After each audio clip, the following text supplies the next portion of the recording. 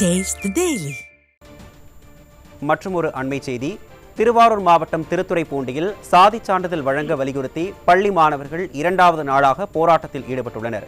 இது குறித்த கூடுதல் விவரங்களை செய்தியாளர் சபரிநாதன் வழங்க கேட்கலாம். சபரிநாதன், வணக்கம். விவரங்களை பதிவு பண்ணுங்க. வணக்கம் அருள். திருவாரூர் மாவட்டத்தில் பார்த்தீங்கன்னா திருத்துறைப்பூண்டி, ஸ்ரீவாஞ்சியம், முத்துப்பேட்டை உள்ளிட்ட பல்வேறு பகுதிகளில் பார்த்தா ஆதியின் பழங்குடியின மக்கள் வசித்து வராங்க. இவர்கள் மிகவும் பிற்படுத்தப்பட்டவர் என்கிற ஜாதி சான்றிதழ் தான் வழங்கப்படுது.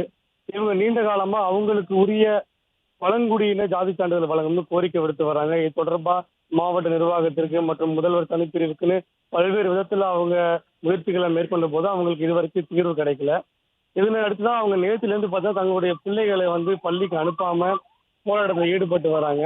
தொடர்ச்சியா இன்னைக்கு 2வது நாளும் பார்த்தோம்னா திருவாரூர் மாவட்டத்துல ஆப்பரக்குடி, ஸ்ரீவாஞ்சியம், முத்துப்பேட்டை உள்ளிட்ட பகுதிகளில் மாணவர்களை பள்ளிக்கு அனுப்பாம பெற்றோர்கள் இப்ப ஆர்ப்பாட்டத்தில் ஈடுபட்டு வந்துட்டு இருக்காங்க. தங்களுக்கான ஜாதி சான்றிதழ் தராம வேற ஜாதி சான்றிதழ் தர்றதுனால அவர்களுக்கு நியாயமா கிடைக்க வேண்டிய உரிமைகள் மற்றும் சலுகைகளை அவங்க அனுபவிக்க முடியறதில்ல. அதனால அந்த உரிமையை பெறதுக்காகவே நாங்க இந்த போராட்டத்தில் ஈடுபடுறதா அவங்க சொல்றாங்க. இது தொடர்பா அந்த ஆப்பரக்குடி பகுதியில் போராட்டத்தில் ஈடுபட்ட மக்கள்கிட்ட வருவாய்த்துறையினர் பேச்சுவார்த்தை ஈடுபட்டாங்க.